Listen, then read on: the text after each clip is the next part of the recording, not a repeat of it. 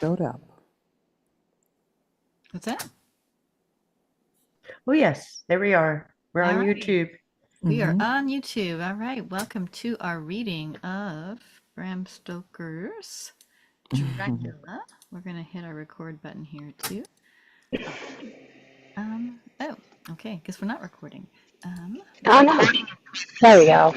Yeah. So we are in the middle of our reading of Bram Stoker's Dracula. Maybe a little bit more than halfway through our script. And Yeah. before we continue, we'll give some quick introductions and then a brief recap, and then we'll jump right in. I'm going to start with player one tonight, who is Jackie. And if you could let us know your name, who you're playing, where you're located, and where people can find you if they're interested on social media. Excellent. Yes. Hi, my name is Jacqueline Hume, like Zoom. Though I go by Jackie. I live in the Washington, D.C. area. Pronoun she, her, hers, they, them, theirs, whatever you want. And tonight I am doing some of the actions and descriptions, and as well as playing Renfield. You can find me on Instagram at jy_artiste. It's artist with an E at the end.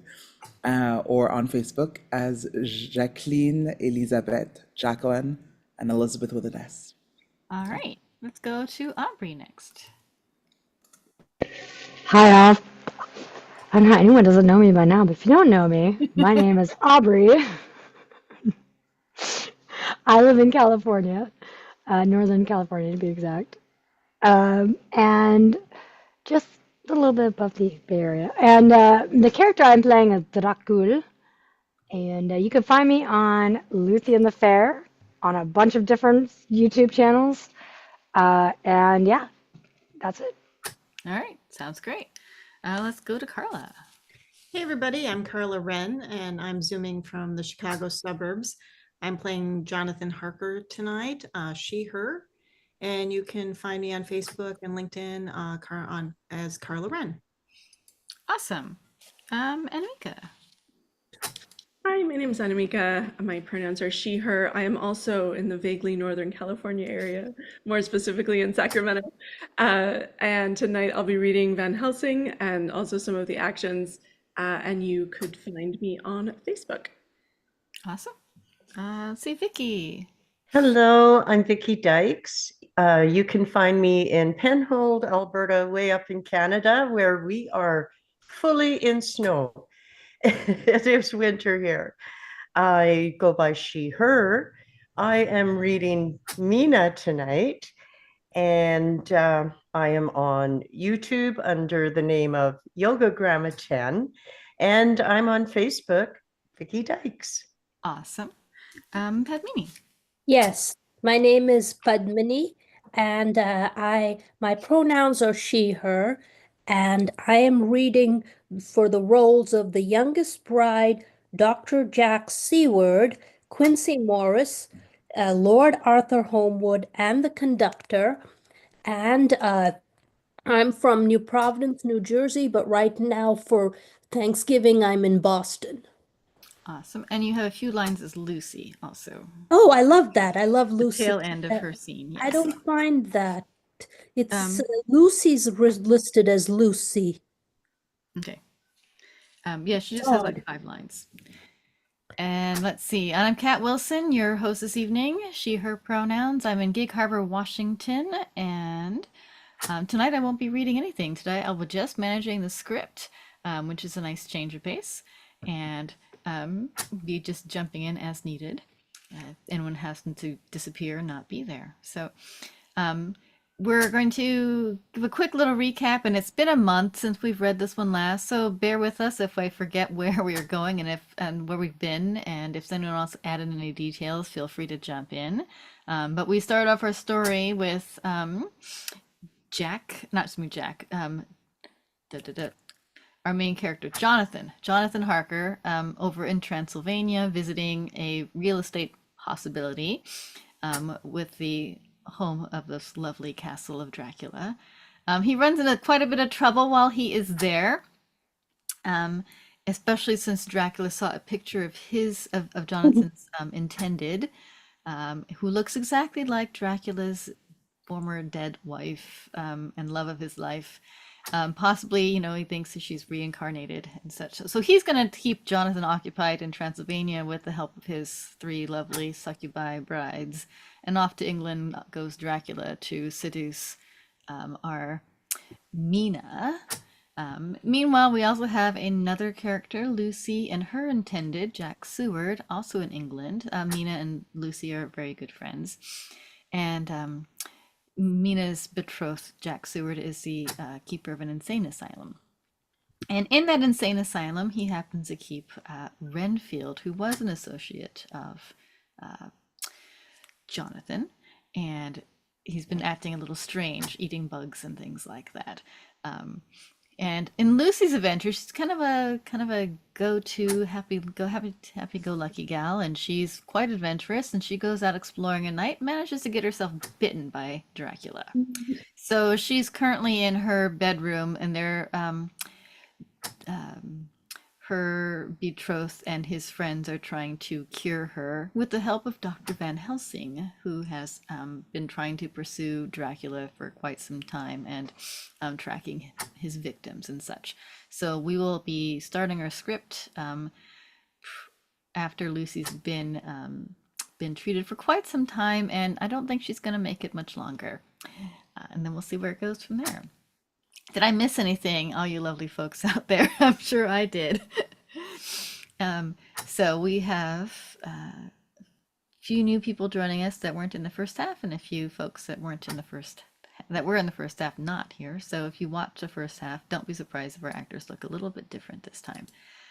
They'll be wonderful no matter what, I'm sure. All right, so let's pull up our script here. Can you all see that okay? Let me make it a little bit larger and get rid of the other stuff on there. Oops, let's try this. Maybe. There we go. How's that look? Good. Good. All right. So we're going to start here with 109, the interior of Renfield's cell at night. So I believe our first narrator is Jackie. So go ahead and take it away when you're ready. Interior, Renfield cell, night. Renfield lies comatose on the floor, strapped in his straitjacket, face bruised and beaten, his eyes open wide as if summoned. Something is there in the darkness. Dracula strides from the shadows as if he walked through the wall, his face still the 400-year-old demon.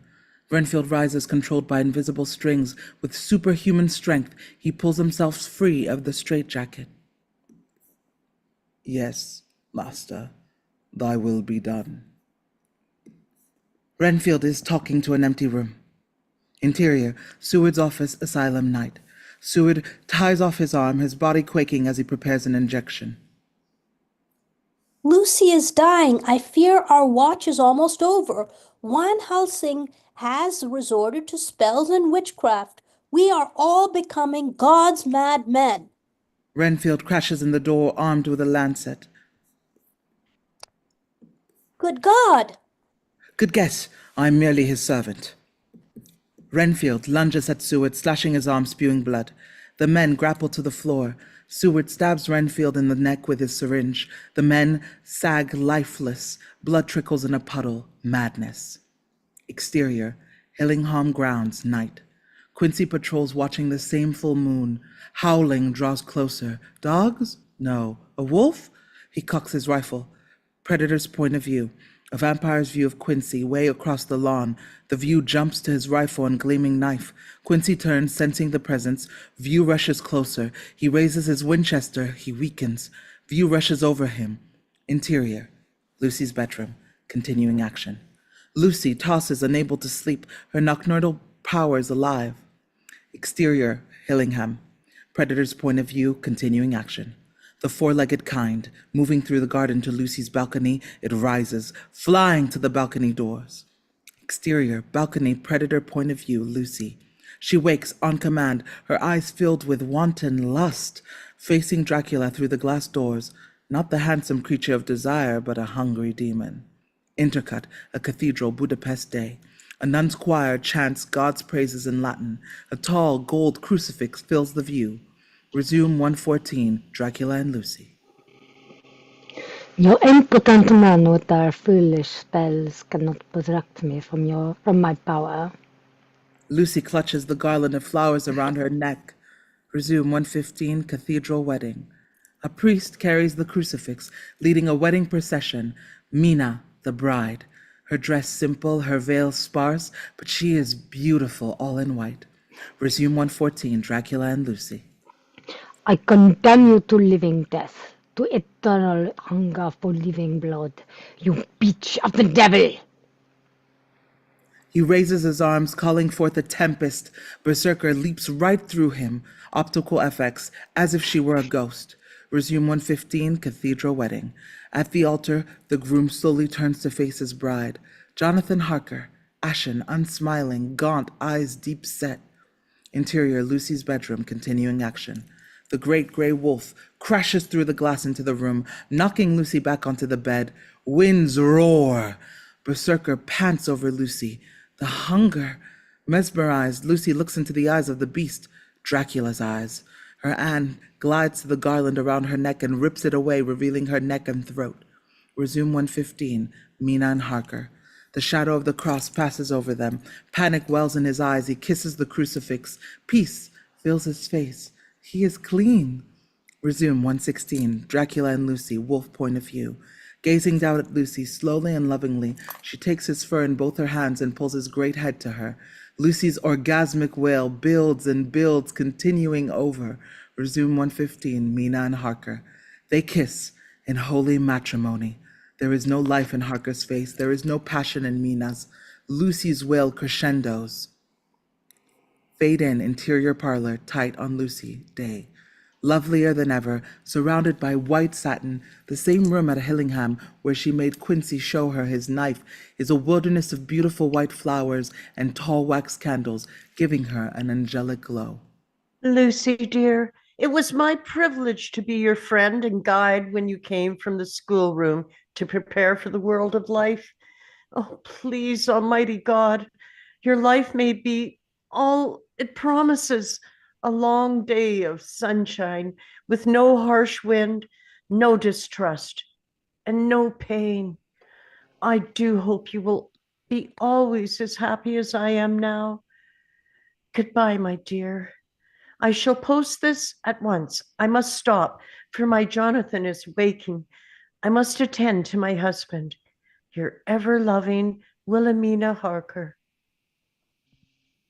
Van Helsing's hands placed a tiny gold crucifix gently over Lucy's lips, a wreath of white flowers on her head.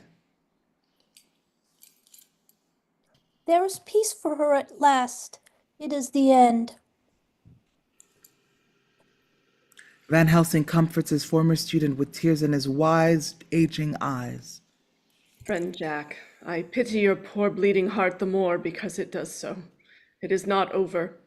It is only the beginning. I want you to bring me a set of post-mortem knives. An autopsy, Lucy? Not exactly. I want to cut off her head and take out her heart. Seward backs away, repulsed, stunned into silence. The view moves slowly to Lucy's face. Super. Cablegram to Mr. and Mrs. Jonathan Harker.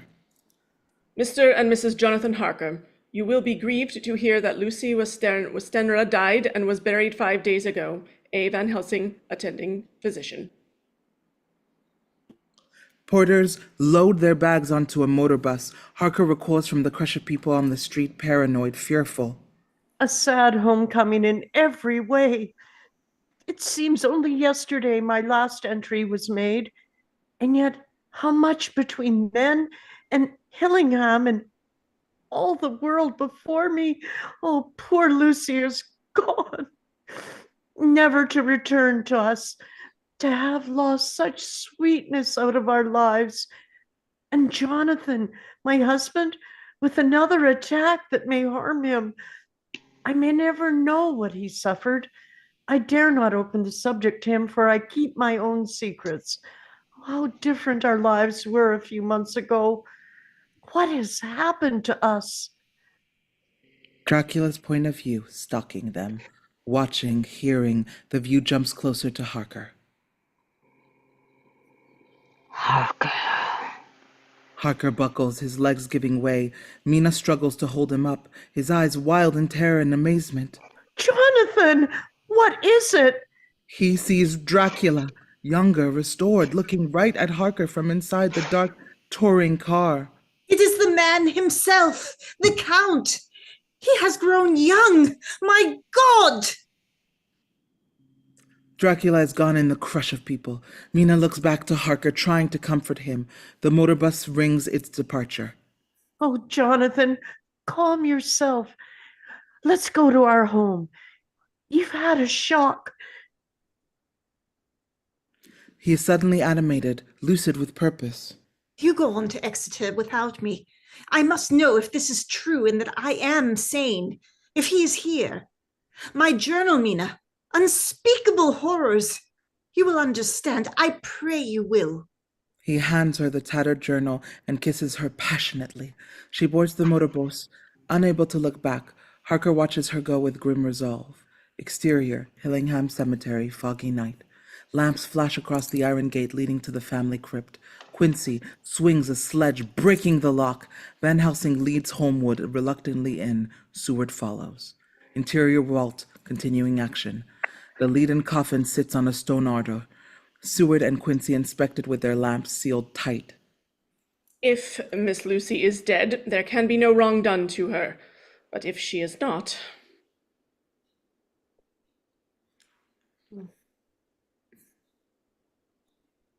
My God, has she been buried alive? I go no further to say she is undead. Van Helsing produces screwdrivers from his bag. Quincy and Seward go to work on it. Holmwood is an emotional mess. Undead, this is insanity. I have a duty to protect her from outrage. I gave what you gave. The blood of my veins. I gave it freely. I gave it to her my nights and days. If my death can do her good, even now she shall have it freely. Holmwood backs off, helpless. Van Helsing pries the lead flange back. Quincy and Seward remove the lid. Empty. She is Nosferatu, undead. Nosferatu is immortal, surviving age after age, feeding on the blood of the living, adding new victims. We do not fight one monster. Lucy is but one of an entire army that grows against us. Quincy is loudly skeptical. Holmwood lashes out. Lies! You cannot prove this, old man. Why cast dishonor on her? Soft feminine singing drifts into the vault. Holmwood recognizes the voice. He shrinks back. Van Helsing signals. Seward shuts off the lantern. A golden-haired woman descends the stairs, draped in white. She holds a young child at her breast, singing and swaying. Holmwood openly gasps. It is Lucy in her bridal gown. Van Helsing steps out, flanked by the others in a line blocking the crypt. He shines his lantern in her face. Lucy, her lips and gown fresh with a tiny stream of blood. She drops the child carelessly to the ground. It moans, crying. Seward picks it up, checking its condition. We're in time. The child will live. Holmwood buckles. Quincy is horrified and aroused at the same time, but ready with his knife. Lucy approaches Holmwood with a voluptuous grace. Come to me, Arthur. Leave these others and come to me. My arms are hungry for you. Come and we can rest together. Come, my husband, come. Holmwood opens his arm in a trance. She leaps into them. Van Helsing shoves her back, slashing the air with a curved kukri knife. He flashes a crucifix. Answer me now, my friend. Am I to proceed with my work? Holmwood falls to his knees, his face buried in his hands. Do as you will. Oh, dear God. Lucy's eyes burn unholy light. She pushes past Van Helsing and disappears into the darkness of the crypt. Exterior, countryside night. A train roars from the darkness. Interior, train, night, continuing action. Mina sits in a compartment alone. She finishes Jonathan's tattered journal, her breath short, completely distraught. She sets the journal down and backs away from it as if it might come to life. Oh, Jonathan, oh, how he must have suffered.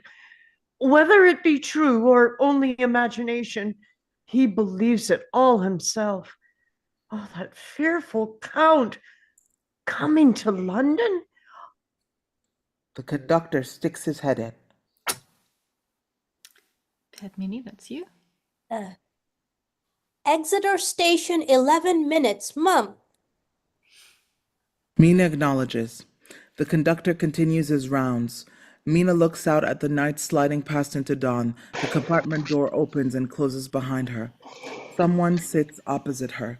She properly avoids eye contact. She sees the white kid gloves. A chill runs through her.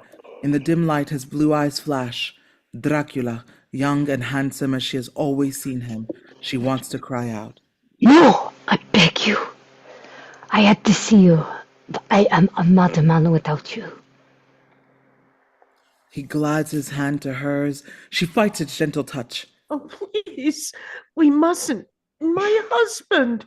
She raises the journal as if in defense. He bats it from her hand. He does not deserve you.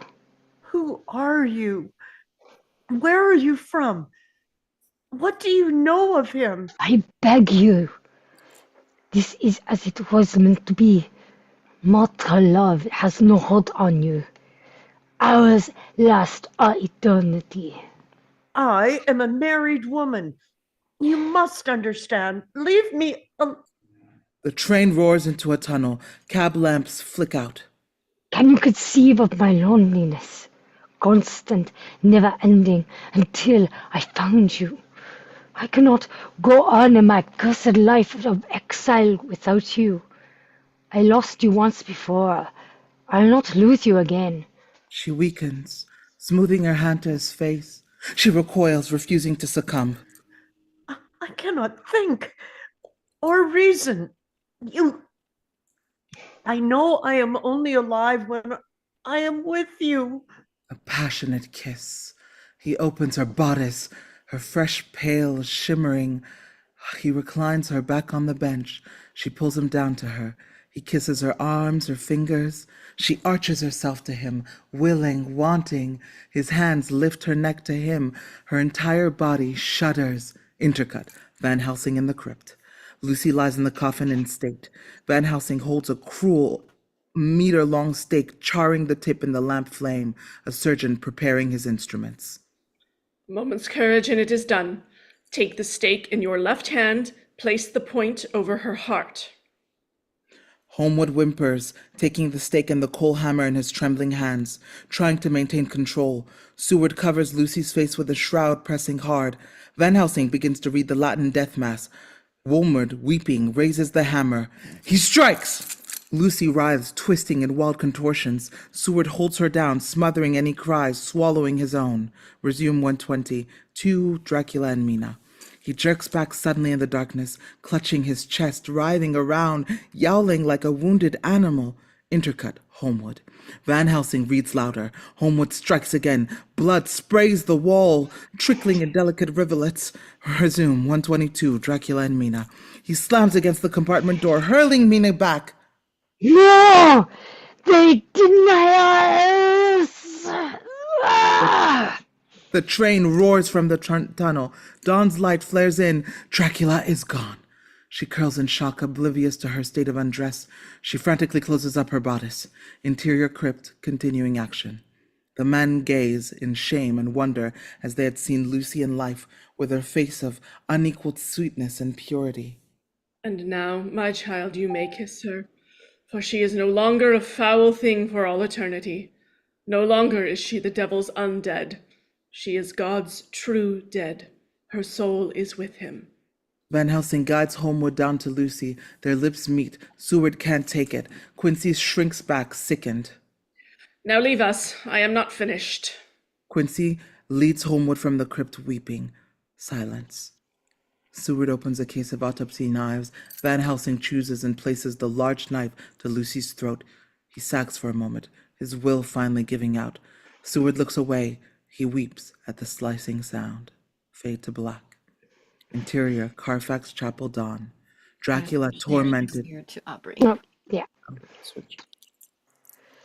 Interior, Carfax Chapel, dawn. Dracula, tormented, sharpens the point of a makeshift staff. Feverish, desperate, he staggers to the center of the chapel, standing full in the rays of morning sun, begging to die. With the anguished cry of an animal, he raises the lance to his chest to kill himself. Elizabeth, she lives, he knew. Suddenly jerks the lance away. No! I cannot lose you again. I cannot let them take you from me. He hurls the lance in anger, burying it deep in the wooden image of Christ on the cross, hanging above the altar. Exterior, London Docks, day. Harker shakes hands with the customs clerk, places a sheaf of documents in his satchel, and strides away, barely using his cane. September 25, Jonathan Harker's journal. I thought never to write in this journal again, but the time has come. I felt impotent and in the dark and distrustful of the reality of my own events. But now I know I am not afraid, even of the Count. He has succeeded in his design in getting to London to create more demons. He must be stopped. How did he grow young? Van Helsing is the man to ask. He will unmask the Count and hurt him out. Interior, Hillingham Parlor, journal continued day. Van Helsing reads Harker's journal like a child reading a comic. Oh. If the professor is anything like what Mina says. He finishes the journal in silence. He inspects several of the gold coins Harker hands him. Harker waits nervously. Madam Mina asked that I read your so wonderful journal for fear you were suffering and in great need. She gives me hope there are good women still left to make life happy. The coin, the warrior prince on one side and the Order of the Dragon on the other. The ancient Dracul himself. You may sleep without doubt, Mr. Harker. Strange and terrible as it is true. I will pledge my life on it. You've just made a new man of me. Do you know what it is to doubt your sanity, to doubt everything, even yourself, Professor? Van Helsing arches his large eyebrows, scoffing. No, you don't. Who could doubt themselves with eyebrows like yours? Van Helsing roars with laughter, then scowls, turning Harker's face to his, checking him over like a man buying a horse. John Harker, you have suffered much from what I have read. You are a nobleman. Your brain and heart are well.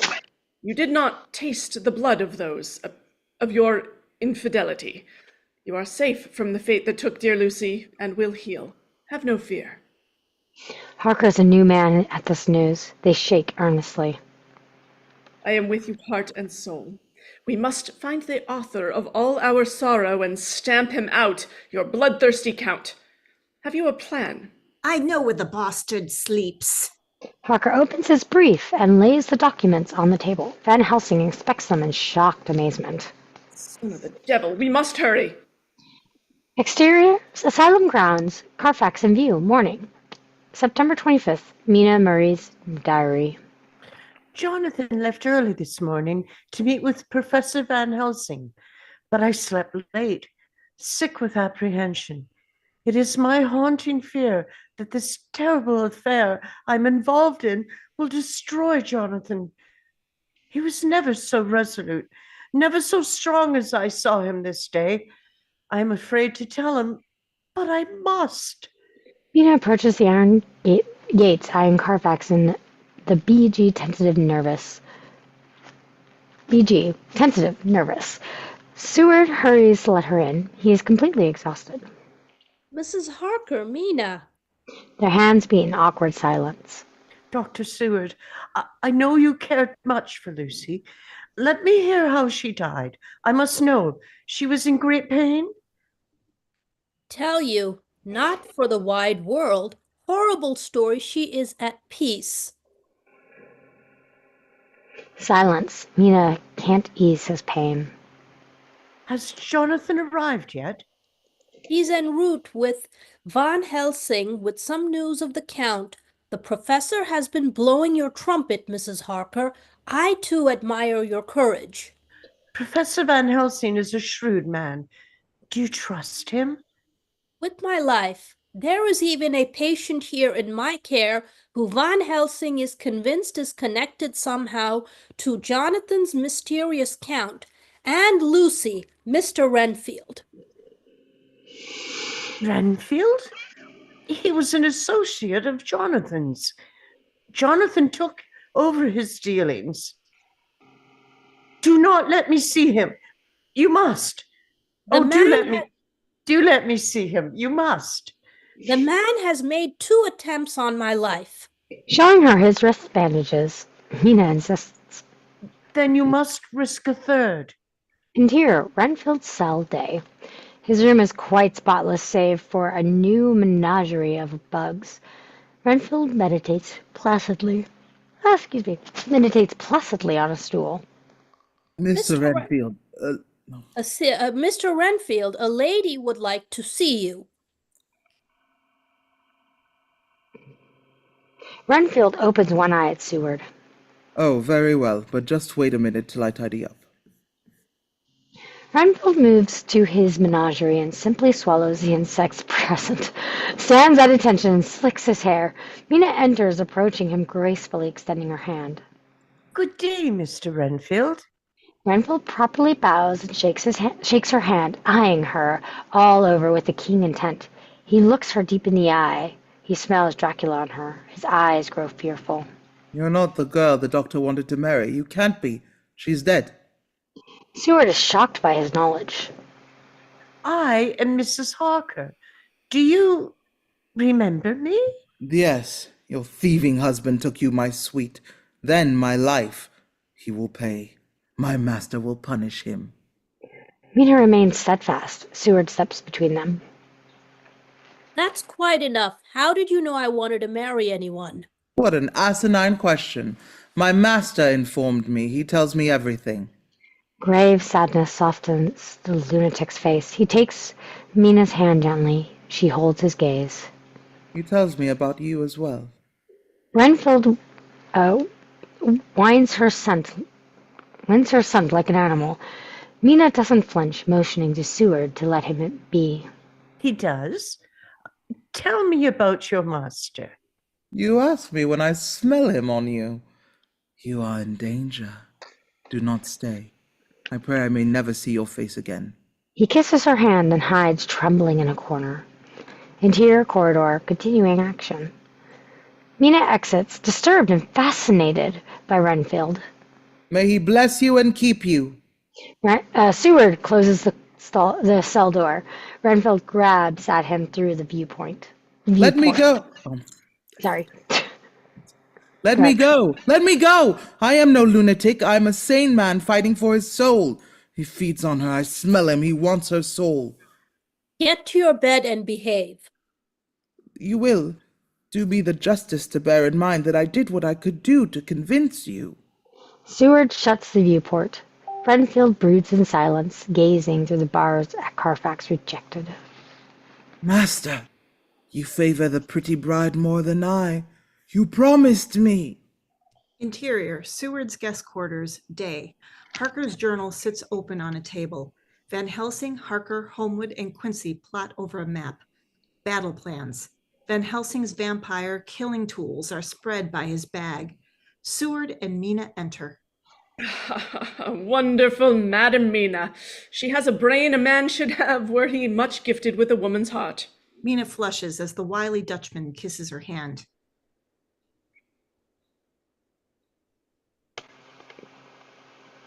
Mina, how good of you to join us. In an instant, he is overwhelmed with grief. Mina comforts him like a mother. He sits down, head in his hands. Is that me?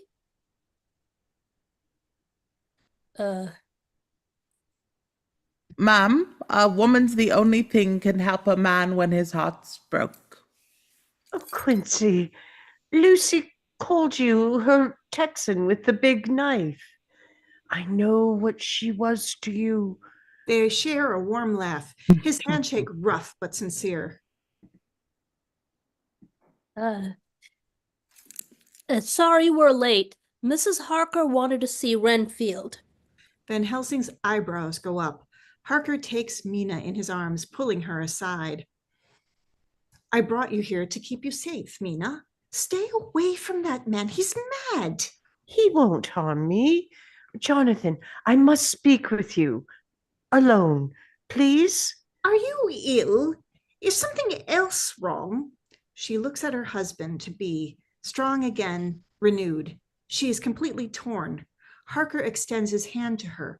She takes it tightly to her in love and respect. I am with you. Do what you must for Lucy's sake, for everyone. She places her hand in his, gesture of love and respect. You may count on Mina and myself, Professor. Much approval around the room. Mina acknowledges each man. Then we are all agreed. A fortnight ago, you would laugh and ridicule if I said there are such things as vampires. Our own experience with Lucy gave us evidence they exist. We were too late to save her. Holmwood breaks down. Mina is shocked. Lucy? A vampire? Van Helsing beckons to Harker, who presents a file. 50 boxes of earth were salvaged from the wreck of the Demeter at Hillingham and were, as stated in fact, delivered to Carfax Abbey. I have traced others to 9 locations in a circle around the city. They are the property of Count Dracula. Seward shakes his head in grim wonder. Van Helsing exults. Ah, part of his battle strategy is to conquer us. Jack, the Black Devil is your neighbor. Exterior, asylum, courtyard, night. The vampire killers assemble. Holmwood tends to hunting terriers tugging and yowling. Quincy, Harker, Seward bear revolvers and rifles, knives in their belts. Van Helsing totes only his bag like a doctor making a call. The foe we face has the strength of 20 men, as Jonathan can bear witness. He must indeed have been that Voivode Dracula who won his name against the Turk. He is king of all Nosferatu. He can direct the elements, the storm, the fog, thunder. He commands the meaner things, the bat, rodent, wolf. But his powers are weak in daylight, as are most evil things. He must rest in sacred earth of his homeland, and that earth is where we shall destroy him. Seward sheathes his military saber. Quincy loads his Navy Colt, snapping it shut. Mr. Morris, your bullets will not harm him. He must be dismembered, his head decapitated to ensure death. I suggest you use your big knife. I wasn't planning on getting that close. I wasn't planning on getting that close to him, Doc. Van Helsing roars with laughter until tears come to his eyes. Quincy wasn't trying to be funny. Exterior, Seward's quarters, continuing action. Harker says farewell to Mina by Seward's quarters. I almost feel pity for anything so hunted as this Count. Oh, Mina, you are perfection. Your sweet pity makes my hate for this monster seem despicable. I aided bringing him here, and now I must send him back to hell, or die in the jaws of it. When this task is done, I shall never leave you again. Jonathan kisses her full, then pulls away. She watches him join the vampire killers heading toward Carfax. God keep you all. Renfield screeches at the night from his cell window. Oh, Forgive them, master. They know not what you do. Interior, Carfax, Belfry, Dracula's point of view. Night vision, watching the vampire killers approach. The view jumps closer, closer, right up to Renfield screeching at his window. Then to Mina, watching from Seward's quarters. Interior, Carfax, chapel entrance, night. The vampire killers survey the eerie sight. Electric light lamps fall on the coffin crates, sitting like pods of some alien life form waiting to be opened. I have seen these very boxes at the Count's castle. He was resting in one. I should have killed him then and there. my God, I found Renfield here. Another of his disciples. We must destroy every box. If we fail here, it is not mere life or death. It is we become like him. Van Helsing removes a flask of holy water from his bag hanging around his neck, then his raiments. In manus tuas, Domine. Harker takes the lead, fire axe in hand. He surges, driving the axe through the lid with a cry of rage. He chops again, moving to the next, smashing it. The vampire killers follow methodically, breaking open and boxes and dumping the white moldy earth. Van Helsing sprinkles the earth with holy water and crumbles holy wafers in crates while reciting the communion's sacrament, all as if out on a Sunday stroll. Dracula's point of view, looking down, the men doing their dirty business. The view leaps and glides toward the asylum. No effort, no sound. Interior, Seward's quarters, night. Mina in her bedgown is at the window, unable to sleep. Renfield's painful cries continue off-center. She covers her ears, wanting him to stop. Her point of view, the grounds. In the distance, Carfax is dark, no movement. A thin streak of white mist snakes across the grass towards the asylum, almost invisible. Resume Mina. Suddenly, feeling lethargic, Mina climbs in bed. Renfield screams louder off camera. She buries her head in the pillow. Exterior, Seward's quarters, continuing action. The streak of mist climbs to the wall of the asylum. He mocks you. You cannot destroy him. He comes to her. Fools! Interior, Renfield's cell, continuing action. The tendril mist pours in his window. Renfield watches, coiled in a corner, to spring. My master promised me eternal life, but he lies! He wants to give it to the woman. I tried to warn her. She would not listen. I will spare her, master. You cannot have her. Die! Renfield leaps, grabbing at the mist. A powerful force hurls him head first, repeatedly against the bars. Or is it just a lunatic purging his personal demons? Interior, Carfax Chapel, continuing action. Harker chops. The others stack the boxes high. Seward methodically spreads coal oil on the pile. High-pitched squealing echoes around them. A sparkling swirl of mist forms, rolling across the floor. Rats appear from it. Quincy empties his cult at them. Holmwood and Seward slash and chop at them with saber and axe. Harker pulls rats from Van Helsing's neck and shoulders, fighting them off as he lights his torch. This is his doing. Burn it! Harker fights through the swarm, tossing the torch onto the pile of crates. It erupts in a ball of flames. Interior, Seward's quarters, Mina's room, night. The stream of mist billows across the floor and under Mina's sheets, coiling towards her like a serpent. Mina, in near stupor, watches the bulge slide up toward her. Suddenly, it feels warm. The fear leaves her face. Ecstasy returns. Dracula slides from underneath the sheets, handsome, sensual, intoxicating, kissing her passionately. She responds, wanting him, hungering him. Oh, my love. Oh, this can't be true. I'm dreaming. I must. Mina, my most precious life. I want to be with you always. You can't know what you are saying. Hundreds of years of resistance melting him as she touches his face, tracing his lips, his eyes. Yes. Oh, something inside me has always known. She kisses him. She opens her legs and buries his face in her neck, sliding him down to her breasts. Her gown slips down her pale shoulders. His mouth meets her flesh. Her legs wrap around his waist. She arches against him. Dracula stops at her throat, her pulse pounding in his brain. He grabs her hand, placing her palm over his bare chest, over his heart. She stiffens. The realization. There is no life in this body. She shrinks back, reviled, horrified. But you live. What are you? I must know. You must tell me. Dracula turns away, covering his face in shame. He is suddenly the wicked, evil, hideous 400-year-old creature. I am nothing. Hated, feared. Many have suffered because of what I am.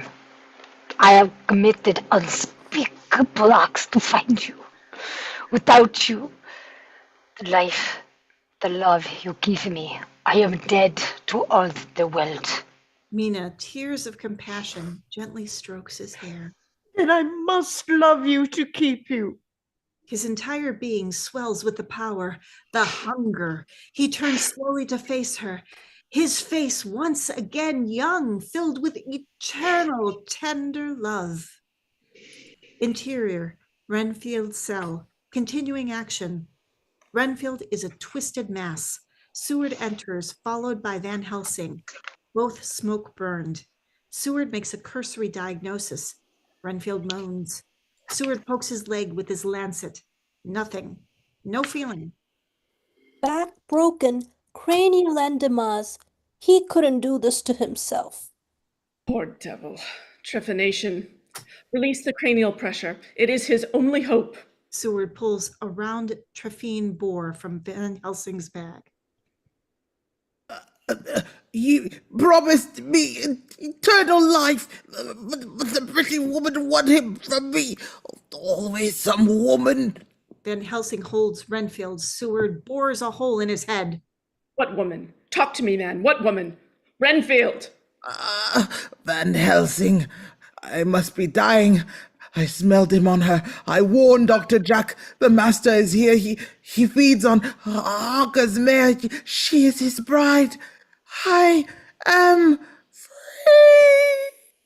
He spasms his eyes. Resume. Mina and Dracula. Dracula rises above her, holding her gently in his hands in a vampire wedding.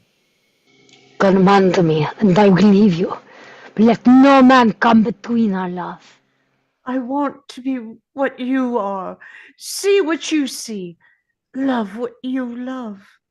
Mina, to walk with me, you must die to your breathing life and be reborn to mine.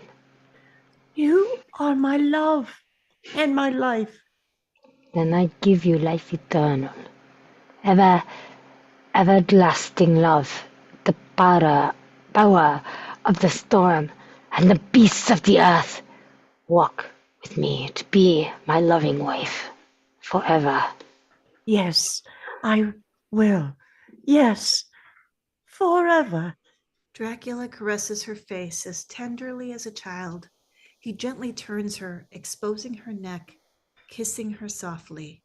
She moans, a tiny grimace of pain as he enters her veins. With his long thumbnail, he opens a vein over his heart. Fresh of my fresh blood of my blood. He pulls her submissively to his chest. She drinks. She swoons as his life runs into her. Drink and join me in eternal life. He falters, welling up, suddenly fighting his desire. He shoves her back in anguish. I cannot let this be. You will be cursed, as I am, to walk in the shadow of death for all eternity. I love you too much to condemn you. She shudders, pleading, holding him, caressing him. Hear me. I am the monster the breathing man will kill. I am Dracula. Mina breaks down, all her faculties collapsing, pounding him futilely, her own guilt fueling her. Oh, God, forgive me. I love you. I do love you. She forces her lips to his chest. I do love you. The door bursts open. Van Helsing and the men rush in. They freeze at Dracula. Mina at his breast. Mina! Dracula, his eyes red with rage. Mina wails in guilt and horror. Dracula springs at them, cat-like, protecting her. Harker fires a pistol point blank. Dracula reels from the impact. He hurls Harker beside Mina. She holds him back. Quincy slashes at him with his gleaming Bowie knife. Seward cuts with his saber. Dracula stops the blade with his bare hand, smiling cruel. He wrenches the saber away. Van Helsing advances, raising a large pointed crucifix. En manus tuas domine! Old fool! You would destroy me with your idols, me who served the cross, me who commanded nations hundreds of years before you were born! My revenge has just begun. I spread it over centuries. I live long after your bones of dust. Time is mine, and she that you all love is mine. More will follow. My armies do my bidding. Your armies were defeated. You murdered thousands with unspeakable tortures. Now you must pay for your crimes. Van Helsing stabs the cross at him. Dracula blocks it. It bursts into flames. Dracula flings it to the floor, wailing in pain like a wild beast caught in a trap. No. Then, taking a final longing look at Mina, he bows and leaps out the window, vanishing into a vapor. Quincy rushes to the window, peering out. Nothing. Gone. Silence. The vampire killers regard each other, numbed.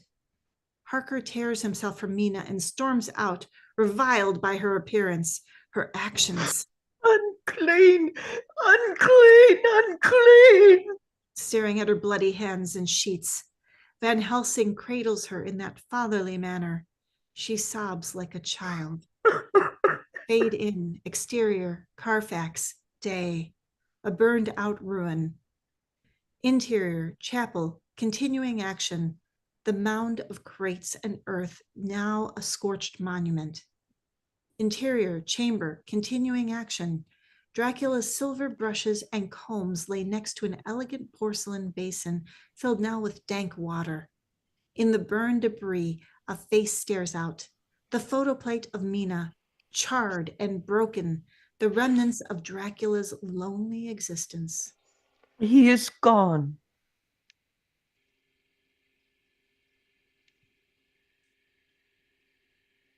Got one more shot there. Interior, Seward Quarters, day. Van Helsing leans into view. He is worn, aged with the stress and rigor, as old as Dracula first at his castle. How do you know, child? Mina stares into space, gaunt, pale, her gums receding back. She is changing, transforming. He speaks to me. He still has a strong mind connection to you. He was, in life, a most wonderful man, soldier and statesman. His heart was strong enough to survive the grave. Had we not crossed his path, he might be the father of a new order of beings, whose road must lead through death, not life. You admire him? Much so. His mind is great, but greater is the necessity to utterly stamp him out. That is why I want to hypnotize you, Mina. Help me to find him before it is too late. Mina wrestles with the powers, ripping her insides. Oh, must you fight? Must you destroy him, even as you did Lucy? Van Helsing shudders, remembering what they did to Lucy. But not in hate. Oh, the poor lost soul who has wrought all this misery to the saddest of all of us. You must pity him too, as you must me. Van Helsing sighs in grief, knowing Mina's inevitable end.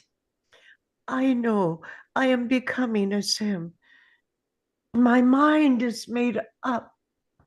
When I find in myself a sign of harm to anyone I love, I shall die. You would take your own life? Mina nods with firm conviction. You must not die until this other who fouled your sweet life is true dead. His destruction is your salvation. Help me find him. Help me. Van Helsing hypnotically caresses her hand, moving his free hand slowly before her. She fixes on it, weak, fatigued. Yes, yes, I must go to him. He calls. She nods, staring glassy-eyed. Van Helsing checks her vitals, knowing what he must do. He puts her deep in a hypnotic trance. Tell this dry old man of science what you see with those so bright eyes. Dissolve 2, exterior high sea day, library footage. A clipper ship heads east under full sail. Super, the Tsarina Catherine, London to Varna, Romania. Sleep has no place to call its own. I am drifting, floating. What do you hear? The Tsarina crashes through waves, speeding with the wind. Mother Ocean. Dissolve 2, interior Tsarina, the hold. The view glides over boxes and crates to one last coffin crate resting in the shadows. We sail. He is beside me. A train whistle blows. Exterior, European frontier, night. The Orient Express speeds east through blinding snows. Where are you going? Interior, private railroad car, tight on Mina, deep in hypnotic trance. Home. Home. Van Helsing gently closes Mina's eyes. She sleeps. Van Helsing sponges her head. Seward unpacks transfusion tubes. Van Helsing stops him. The vampire has baptized her with his own blood. Her blood is dying, my friend. Van Helsing raises her lips. Her gums have receded. Mina suddenly grabs Van Helsing, barely able to breathe. He calls me to him. Promise me on your honor as men in the sight of God, you'll not tell me your plans against him. Harker takes her hand, biting his tears. She is wise. As he wills her to him, she could betray us. Oh, Jonathan, she is one of God's women, fashioned by his own hand to show us men that there is a heaven. At the other end of the car, Holmwood sleeps in his bush gear. Quincy whets the edge of his bowie knife in his Rough Rider gear. Harker arrives with a map and 2 whiskeys, sharing his natural sense of command. He shows Quincy their progress against Dracula's. I know one truth for sure, Quinn. If I find out that Mina must be a vampire in the end, I'm not letting her go into the unknown alone. Quincy clinks his glass, pledging his loyalty. Exterior, ocean, night, stock footage. A full moon, land is visible in the distance. The Tsarina sails on. That haunting, lonely howl echoes. Exterior, Varna, Romania. Railroad siding, dawn. Redress London docks. Super. 15 October. Harker's Journal, Varna, Romania. I must keep this journal or go mad. We've beaten this Tsarina Catherine to Varna. Thank God this is a country where bribery can do anything. We are well supplied with money. I will kill the Count myself with the first blow. Mina is in his mind. She brings him to us. He is weak at dawn. Harker paces a dock outside the private railway car like a caged animal fighting the cold. Quincy busies himself sharpening long wooden stakes. While we're waiting for the Count to show, why don't you ask the doc to put Mina, wife, in one of those trances and tell us where we can find some decent food? Harker appreciates Quincy's levity, but he's too intense to laugh. Holmwood hurries up with a cablegram, distraught. We've been had on this wire, just came from my clerk at Lloyd's. Tsarina Catherine reported entering Galatz at 1 o'clock today. Men look at each other in shock. I'll be damned. She sailed right past us in the night. She's headed upriver. That black devil is reading our minds. Harker explodes Quincy's stakes about. No, he's reading hers. With Mina, approaching in a horse coach with Van Helsing, Seward drives. She is even paler. There is a gleam of triumph in her vacant smile. Doors slide back on the private car. Quincy, Holmwood, and Jonathan ride exquisite English mounts down a ramp. They rein up beside Van Helsing's coach. We'll follow the bastard upriver. Try to head him off. You head for the castle. Whoever goes to the boar girl first will have to do the job. Quincy hands Van Helsing a sealskin rifle scabbard holding a well-oiled Winchester. He hands his navy colt to Mina. Respect and grim understanding passes between the cowboy and the lady. Seward mounts the horse Holmwood leads for him. He doffs his fur hat to Mina, then to Van Helsing, who gives him a warm clasped hand farewell, like the Pope blessing the flock. Quincy and Seward wheel and ride away after Homeward. Mina and Harker face each other. He leans to kiss her. She reaches to him. His horse rears, skittish at her. Mina, stay behind. I beg you. My powers will help, John. If I stay, he will find me and follow. I am his. Harker shouts in anger. No! Do you know the place you take her, Professor? Every speck of dust that whirls is a devouring monster embryo. Have you felt the vampire's lips on your throat, old man? Be not afraid for Madam Mina. It is she who will protect me. We are all in God's hands. May God give him into my hands just long enough to send his soul to burning hell. He gallops after the others. Mina watches him go, a final silent goodbye. Van Helsing wheels their coach in the other direction. Exterior, Galet's docks, dawn, redress London docks. Dracula's coffin crate is lowered onto a horse cart. 12 Sajani gypsies guard the crate with guns and blades. Interior, Dracula's coffin, traveling. His handsome face aging rapidly, hair graying. He whispers. Mina, you are near. Exterior, Carpathian, sunset. Dracula's beloved snow-capped peaks stretch before us. Exterior, Borgo Road, continuing action.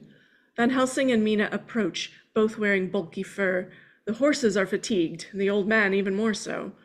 Mina reclines in a near comatose state. Suddenly she wakes, animated, excited like a child. This is the way. They crest the top of the steep rising hill. The castle appears in full view on its precipice. Timeless sentinel. Exactly as Jonathan described it in his journal. The end of the world. Van Helsing studies Mina's exuberant reaction, troubled. Why are we stopping? We must go on. It is late, child. We rest here. Full of new energy, Mina jumps down and starts walking. No, I must see it now.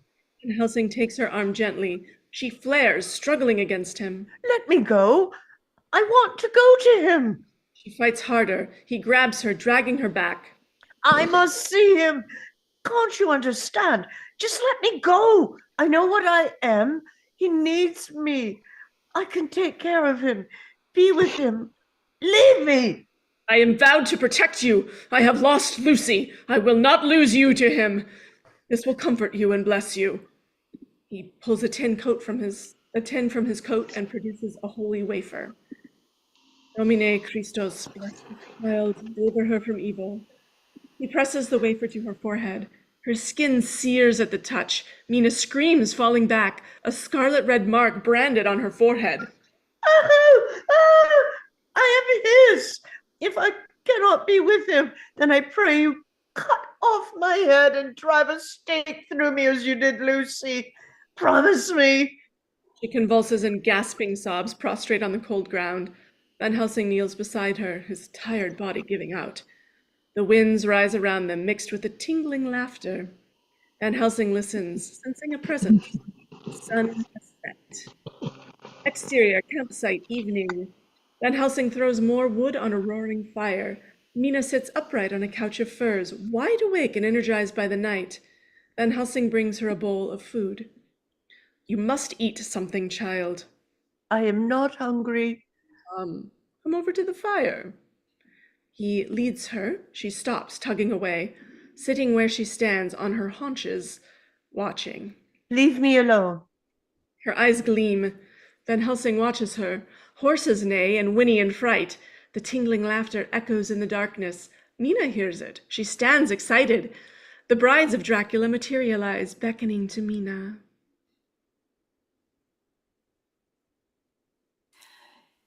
Come. She is the image. That's right. Come. She is the. Oh, come, sister, come to us. She She is is the image of Lucy. Lucy. Mina raises her arms to greet them. Van Helsing pulls her back. He grabs a stick from the fire and quickly draws a crude ring around Mina. Mina, you are safe here. Do not move outside the ring. Why fear for me? Oh, none is safer in all the world from them than me. I am their kind. Not while I live, no. He crumbles a holy wafer around the circle, waving the flaming stick at the brides. Leave us! This is holy ground! The youngest laughs cruelly, hissing at his antics. He stands before Mina, his flaming stick in one hand, his holy book in the other. The brides swirl past him. The horses neigh in fright. One beast is yanked down by the brides, leaping and tearing at its great neck. Van Helsing covers Mina's eyes. He gags at the horrible sight as the horses cry and neigh in death. Interior, Dracula's coffin traveling. A smile of triumph spreads on his aging face. Exterior, campsite, dawn. The red dawn appears. The fire smolders. Mina sleeps soundly, covered with furs inside the circle. Fresh two-legged tracks lead away from the camp past the two dead horses, heading for the castle in the distance. Exterior, castle entrance, continuing action. The tracks go through the same gates Harker entered. Interior, castle chapel, afternoon. The ground covered in a blanket of white.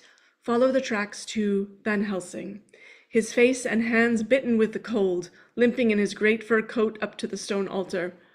He gazes reverently at the dragon arch. Dracula. The three brides lay in their tombs, more beautiful and more voluptuous than ever, their hunger sated. Then he opens his bag, as a doctor making a house call, laying out his instruments of dismemberment, his post-mortem knives, 3 long wooden stakes, his mallet, with ritual care. He kneels before the youngest, overwhelmed by her beauty. He straightens her hair lovingly. Her robe lays open, revealing her perfect breast. Aroused and weakening, Van Helsing bends, kissing her exposed nipple. Her eyes open, glowing hot. She presses his mouth harder to her breast, waking his desires. A second bride wakes, pulling him down to her loins arching against him. He recoils, chastising himself. In one fluid motion, he places a stake on her chest and strikes. Exterior valley, castle in view, afternoon. A scream echoes through the valley. Exterior campsite, continuing action. The scream is Mina's, struggling awake beneath the furs. Exterior, the Borgo Road, continuing action. 12 mounted gypsies escort the wagon bearing Dracula along the river toward the castle. Resume, campsite, continuing action. Van Helsing staggers through the snow, his furs covered in vampire blood. Mina! Madam Mina! Mina rises in her fur. He embraces her, exhausted, barely able to stand. He comes! He grabs the sealskin of rifles and a rucksack and drags her down the hill after him. Exterior, Borgo Road, continuing action. The Scani approach, the coffin crate drawing closer to the castle in the distance. Exterior, Transylvania battleground, continuing action. Van Helsing and Mina take up positions in the jagged rock fortress overlooking the road. They race the sunset. We may be too late, God help us. Wolves begin to howl off-camera in the hills. Van Helsing climbs up on the rock with his field glasses. Exterior, Borgo Road, his point of view, field glasses. The caravan makes the turn, heading right at their position. Further back, 2 riders are closing fast. Resume Van Helsing and Mina. Look, Madam Mina, 2 horsemen follow fast. Ha ha! Exterior road, 2 riders emerge. From the snowy gloom, Quincy's unforgettable rebel yell, flanked by Jack Seward, his saber drawn. Quincy fires his Winchester rapidly, Indian style. One Scani drops. The riders clash. Seward slashes one across the chest, dropping him to the ground. Exterior, jagged rocks, continuing action. Van Helsing yells. Mina is riveted. Exterior, Borgo Pass Road. Harker and Holmwood appear, leaping their horses into the road. Both steady their mounts and level their weapons. Halt! The lead gypsy bears down, fearsome blade in his hand. Holmwood calmly drops him with an expert shot. Harker spurs up and leaps aboard. The gypsy driver turns to strike. Quincy drops him. Harker slashes the bond holding the box. It breaks free. The box buries itself in snow, still shut tight. Mina watches in horror. Harker fights to the box. Seward rides up, leaping over the box, chopping a gypsy. One gypsy slashes Quincy. He fights hand to hand, bleeding profusely. Van Helsing yells, pointing to the sun. Strike now! Hurry, man! Interior coffin, Dracula, roaring with all the powers left in him. Exterior Borgo Pass Road. Harker struggles with the lid. The coffin quakes. The lid explodes, smashing over Harker. Harker raises to strike. Dracula and Harker face to face. Dracula rises, grabbing Harker by the throat, roaring the beast. Dives, driving his Bowie knife deep in Dracula's heart. He screeches, flinging Quincy into the snow. Dracula writhes, clawing at the knife deep in his chest. A great beast is dying. Harker free, severing his neck. Crimson blood spatters white snow. Dracula stands, erect, facing his assailants. Blood streaming from his severed throat. Bowie knife stuck deep in his heart. His body shudders. His skin is slowly oozing away. God, no! Harker raises to strike again. A gun reports, the bullet kicking the blade from Harker's hand. He wheels, stunned. Mina rushes to Dracula, aiming a rifle wildly at Harker. Then Seward, Holmwood, all shocked by her action. Mina! Dracula turns to her, his face horribly transformed, almost a skull, bulging cheekbones, teeth bared. Mina. His voice rasps, cracking like broken glass. Mina holds his dying gaze, fighting her repulsion as he putrefies, returning to a 400-year-old corpse before them. His sunken eyes find the setting sun. A moment of triumph flashes across his face. He staggers backwards, snarling in pain, wrenching himself through the snow toward the castle gate, refusing to die like an animal. Mina backs slowly after him, her gun trained on the men. You must pity him. When my time comes, will you do the same to me? Will you? Van Helsing holds Harker back, using all his strength to restrain him. She'll shoot, man. Let me reason with her.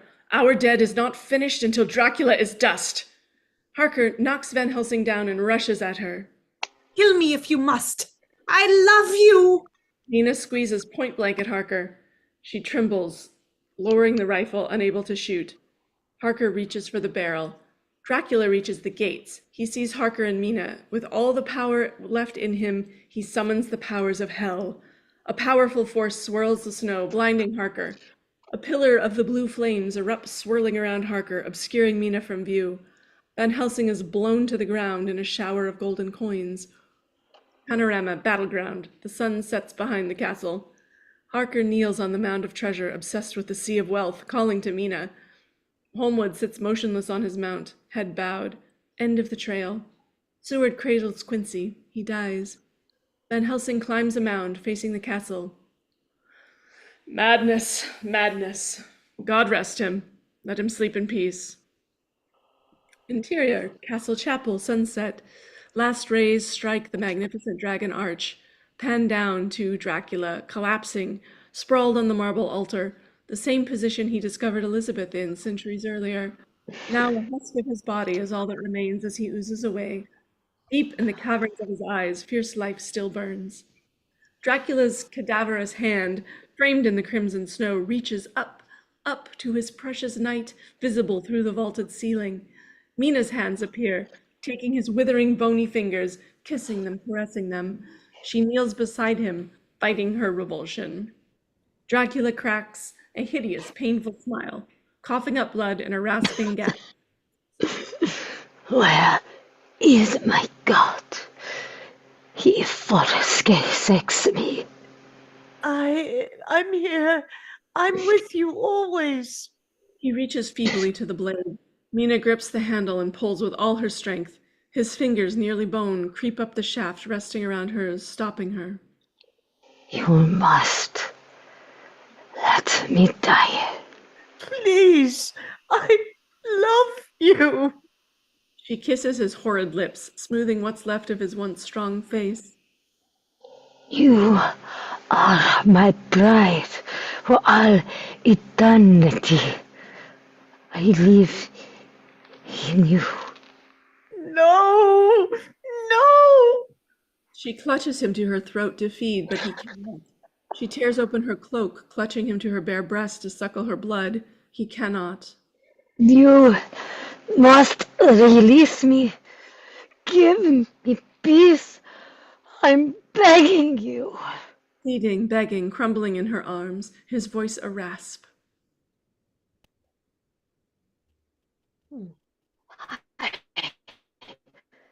love you. She quakes, knowing what she must do. Never forget my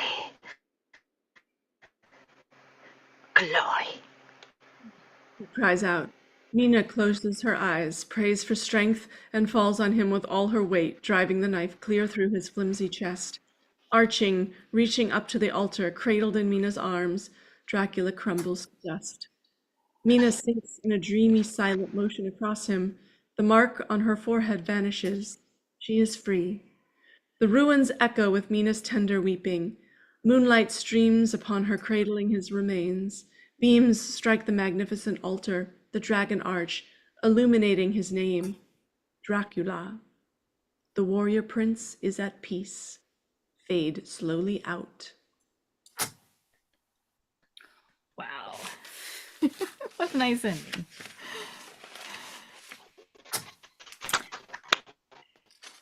Good job, you all. Yay. Sorry, the lines were a little there. What's that? That was a lot of talking. It was like the Van Helsing and Monica show. Yeah, I didn't quite gauge that right in terms of line distribution. I apologize. I thought he had only a few lines in that scene. I guess I was wrong. But y'all did great. It was a really short one. I know you put an hour and a half. So, Y'all read so wonderfully. Yay. yes, you made a very nice Dracula, Aubrey. The dying scene was just. Oh, my Romanian accent was terrible. But, you know, it's fine. I need to practice it a lot more. So, Well, we'll have to do something besides something vampiric next but time. I appreciate it.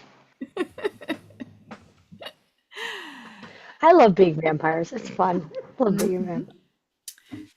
So we usually stay and discuss the script for a little bit. If you have to go, I that's actually, fine. But if you can yeah. stay, I'd love to have you stay for a little while. So even if we haven't seen the whole script, what do you guys think of it? As a script. I mean, there's a lot of action, a lot of stage directions, way too many stage directions. I think this is a movie that, like, obviously you have to watch, you know, Yeah. because reading it, I was like, okay, let's go. Stage direction after stage direction. And I was like, oh, a little bit of talking. Now let's go back to stage direction. Cut two, cut two, cut two. I was like, That's right. And one of the reasons we read the actions and descriptions is because the camera in the film is essentially a character. If you yeah. think about it, you know, it's where we focus the action and how we look at it is a very essential part. And this one, obviously, there's not a lot of dialogue compared to some of the scripts we read. But There's a lot of visual. It's a lot of visual effect, I think, with the camera. That's why it's so an action heavy. I mean, because there's so much going on. It's not just about the action of the characters, but it's also the action of everything else. It's the way that the view camera moves through this movie. That's what kind of gives it, you know, it's as you were saying, it's its own character. So it's really important for them like this because there's so much symbolism in here. More than just, hey, it's a vampire doing things. It's also, there's a lot more going on underneath the surface. And I think that's why it's so action heavy. Yeah. It was interesting to me. I've never seen this movie before, and so this was cold for me tonight. And the idea that Dracula is more of a sympathetic character is kind of a cool twist. Yeah. I think he's that way even in the book. I have the book, and I think he actually does, even though he's different, he's actually a much more sympathetic than we even give it credit for. You know, he's not just a non-thinking evil villain. I mean, maybe it isn't that way. It might be that this is more, and I think it's because we know much more about Vlad the Impaler, at least than we did when the book was written. We actually know that he was actually a hero and not a villain, like he was often portrayed in much earlier texts and much more in older, like, you know, by that stuff that was spread by the Turks, by Turkey and all that was spread, you know, for him being a villain. And then we find out actually no, he's a hero. He died a hero. He was and then he was villainized for many, many years. And so I think that was why the shift in him becoming a more sympathetic character was so important.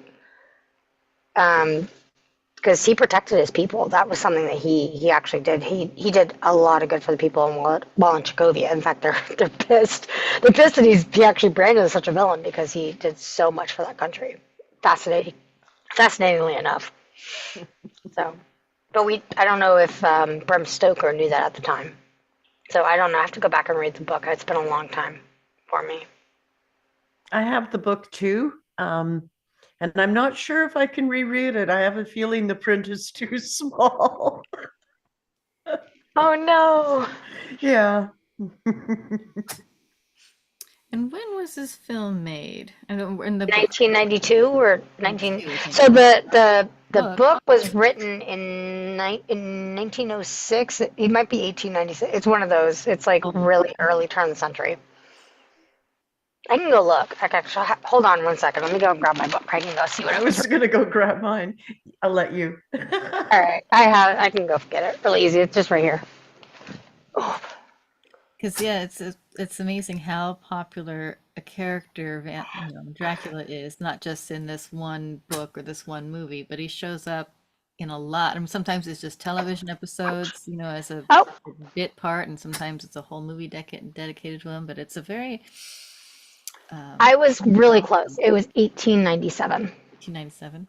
Yeah. So here's the book that I've got. I don't know if you can see it. Oh, there it is. Ooh.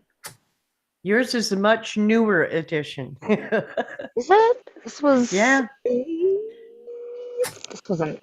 This is supposed to be like a first edition paperback. So it's very old, actually. Yeah, it is. This is.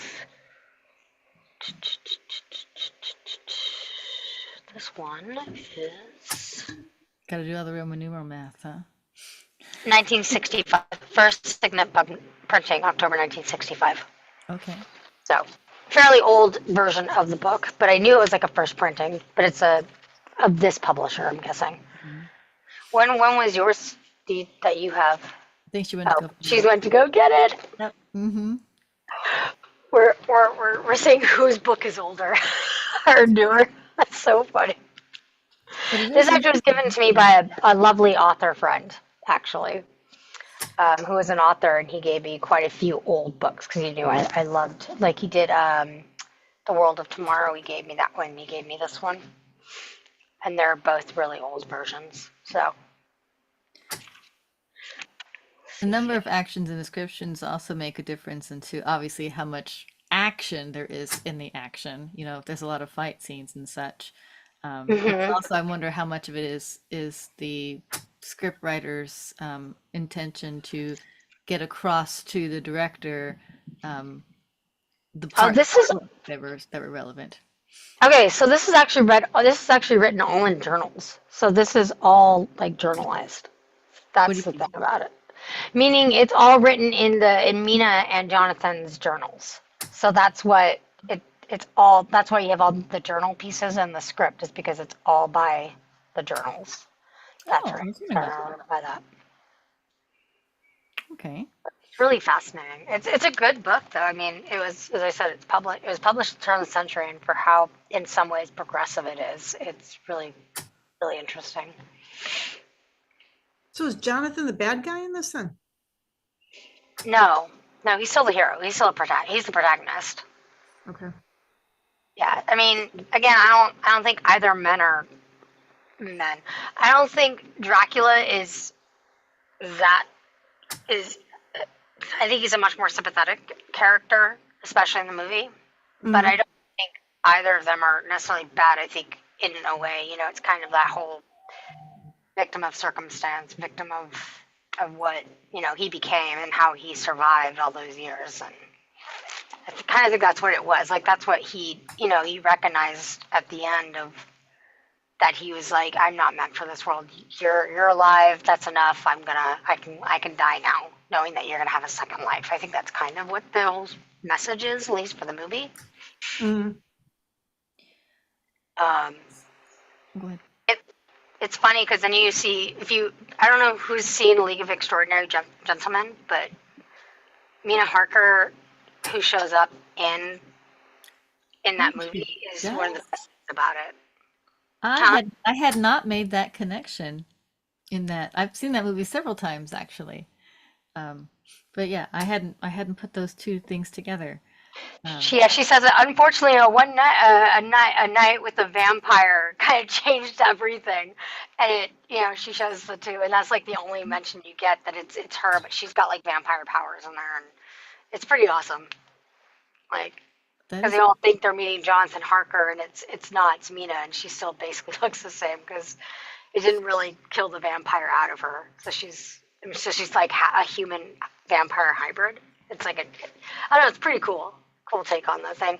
I don't think that movie got enough love when it came out. I think people really did not like it, and I'm one of the weirdos that did. Well, and this is an interesting script too, to contrast with Interview with the Vampire, which I read Yes. earlier, because the vampires are both sympathetic, I think, but the characters that get bitten and transformed, I think, have different viewpoints on whether they appreciate being turned into vampires or whether they are really, really upset that they've been turned into vampires. Well, like with Lestat, he did not want to be a vampire. He did not ask to become a vampire. In fact, it's very much like like assault, like sexual assault. I don't know if we can say that on YouTube, but it's very much that's the allegory of that, actually. In that case, I mean, vampires are technically very sexual, anyways, but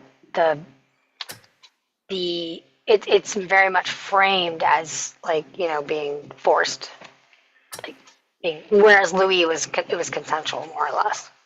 It's like lack of consent. Yeah, there was They don't consent usually to Lestat's be turning turned. was very brutal. Lestat Exactly. fought tooth and nail. He did not want to be turned to a vampire. Mhm. Magnus was creepy and crazy. Just saying. And about the women characters, there's some contrast there too. Mhm. Mm-hmm. And even within this one, between Lucy and Mina. I mean, it's that horror Madonna complex, right? Lucy was the more adventurous, the more sexually free character, and she dies in it, whereas Mina was very virginal and not in that context. Yeah, exactly. It's the horror nun complex. You guys can talk. It's not just us discussing it. Please unleash your mics and conversate. Please, I appreciate it. Sharing your input.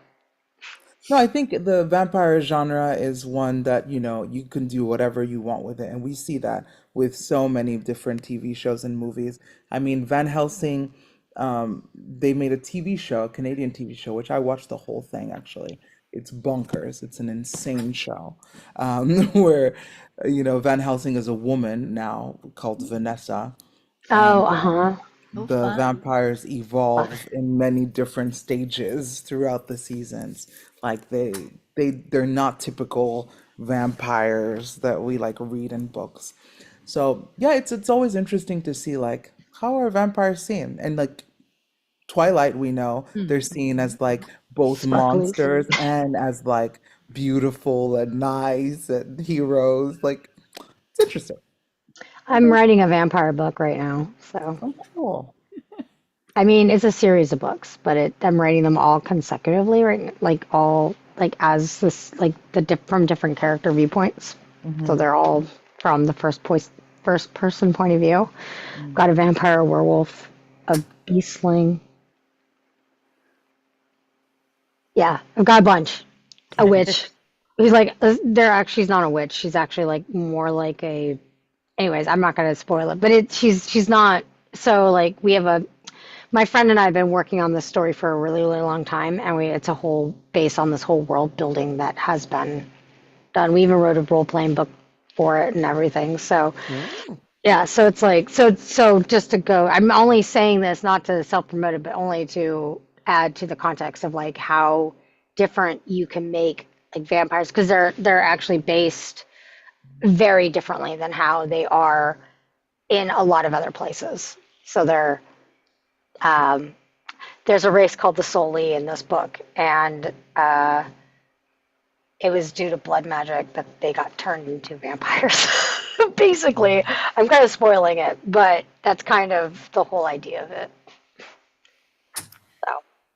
So did Bram Stoker's Dracula, were there a lot, I mean, did he, and this is just a question out there, did he invent were there vampires before this story too, right? Absolutely. Before this Because we're movie, yeah. talking about, well, not the movie, I mean the book, the world building of Yes. vampires, you know, where did Mhm.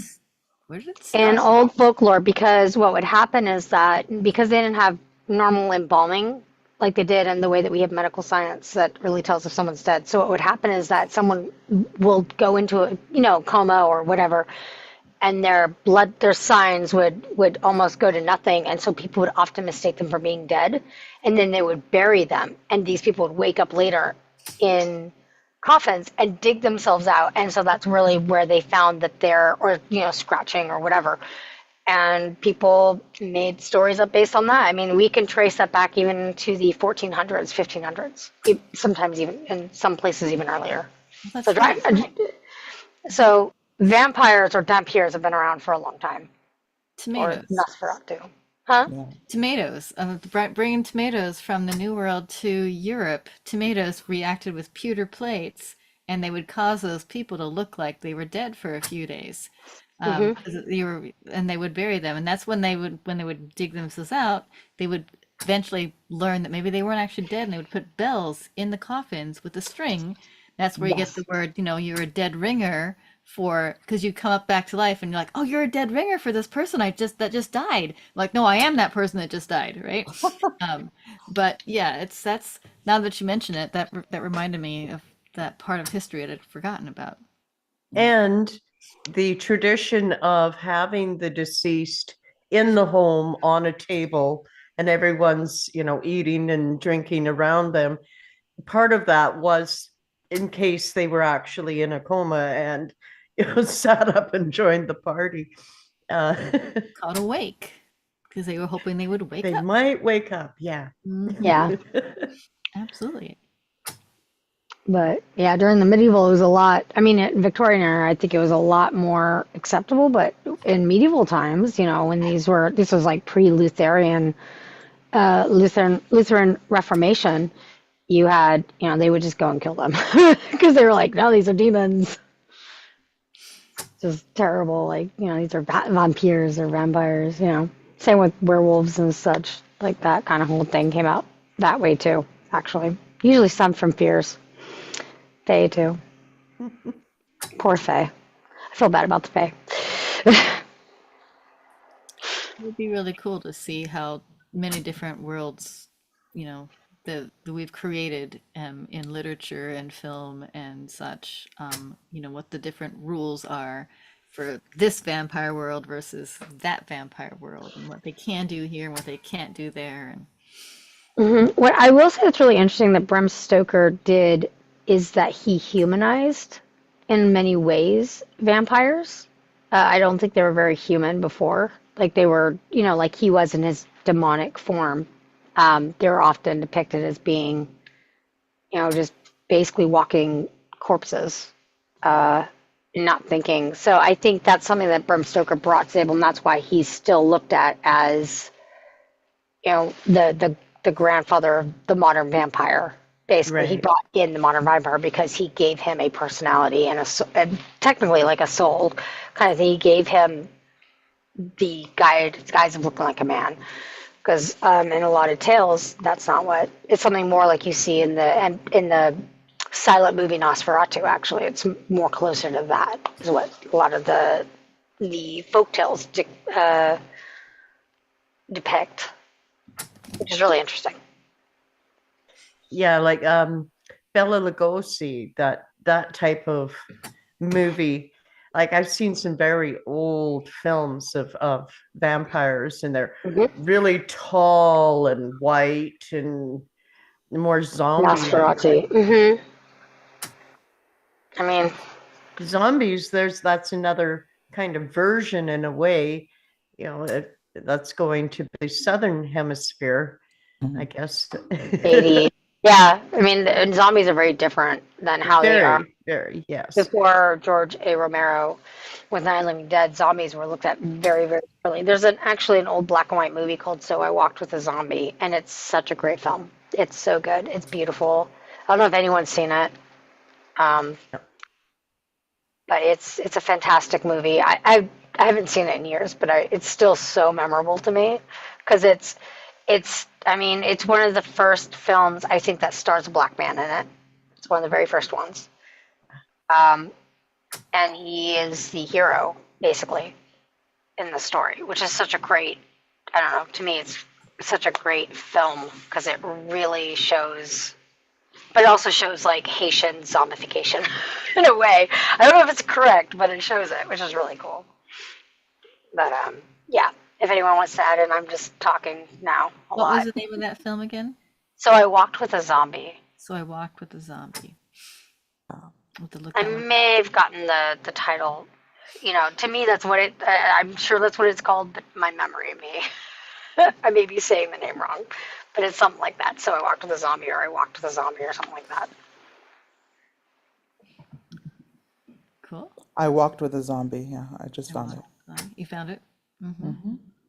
And you said it was black and white? Ellison. It's an old black and white film. Mm-hmm. Yeah. It's beautiful. It's a beautiful film. So if anyone gets a chance to watch it, again, that's my memory of it being a beautiful film. It's been a long time since I've seen it. So, and it's really hard to find. So, you know, but that's my memory of it. Is that it's it may be a terrible movie, but that was my memory of it being beautiful. It's 85% on Rotten Tomatoes. That's not There we bad. go. Then I am not a liar. Thank goodness. My memory is correct. No, it's a really well done film, from what I remember. I just wonder though who the black person is because they don't post They them. don't mention They like him. post three that's white awful. people That is so weird because he's as like the he's- leads. So I was that's like, so funny because he's the hero. In the end, he's the hero. He saves her. So the leading lady, he saves her. So that is so weird that they don't even mention his name. What fuckery is this? Sorry, excuse me, YouTube. Wow. What blasphemy is this? Sacrilege. Some of the words we have to say in the movies we read are much worse than what you just said. So. I know, but it's YouTube's out. You know, YouTube. Yes. So I try to minimize my swearing a lot when I'm on YouTube, but It's a good idea, yeah. yeah. I said to my husband, I'm on YouTube immortalized saying so many incredibly horrible things that I would never say as me. It's really amazing. Annie, is that your name? Your name is Anne? Yeah, Anne. Monica? And yeah, if you want to add, do you have anything to add to this, to this discussion? No, It's just us three talking, like over talking everybody. So I feel very odd because I like. Oh, good. You have a lot of knowledge. I love it. And we have Jonathan Harker. I think it's Carla, Carla, correct? yep. Yeah. If you have anything to say, I would love to hear. Love to have you I already guys. said what I had to say. Anyways, yeah, it's fun. All right. Well, if there's other comments, we'd love to hear them. I'm going to tell you what we're doing next. In the next, let's see, December 3rd, which is next Tuesday. Actually, we're going to read Forrest Gump. And I look through the script. There are very few actions and descriptions. It's mostly dialogue. Which is incredible. Yeah, there are some, granted, but there's a lot more dialogue and far fewer actions and descriptions. It's so few enough we might be able to get through the whole film in one reading. Right. Wow. If we don't, then we'll have the following Tuesday, the 10th, reserved for the second half of Forrest Gump. But there. Do you know the length of the movie? Like, in terms of the script, you mean? In terms of pages? no, in terms of the movie Hours? itself. I have no idea. the movie is long. That's what I was thinking. Yeah, Yeah. the movie is very long. Yeah. So we'll see. Like I said, I could be just over over because I read really fast. Yeah, we know we read really fast. It's true. Like the You movie know. is 2 hours and 22 minutes, but like There you go. if we read the clip, maybe we'll be faster than that. So it might be fine. I know because I usually go by pages, the number of pages in the script, because the dialogue takes far less time because it's only this much of the page as opposed to the descriptions, which are the full length of the page as length as far the lines go. So, but we'll see. And after Forrest Gump, I just lost my page. I believe we are going into Gremlins on the Yay! 17th. Yes, that's our Another Christmas film. movie. Yes. And Which that's the last script of is that the of the year, year. correct? Yes, because we don't have a reading on the 24th. It's Christmas Eve, which is the Right. next Makes Tuesday. sense. So if we need part 2 of Gremlins, we'll have to bump it into the first Tuesday of January with the 7th. And then of course, I have January 14th for some reason. Oh, because that's The never-ending story. 21st is the never ending story. Right. Okay. 21st and 28th if we need both of those. So, but Which I am so excited for. yeah. So, we've got the nice script of that one. So feel free to join us for any of those. We'd love to see you all. Yep. And if you have, part preferences for any of them, let me know. I'm happy to honor requests for these things.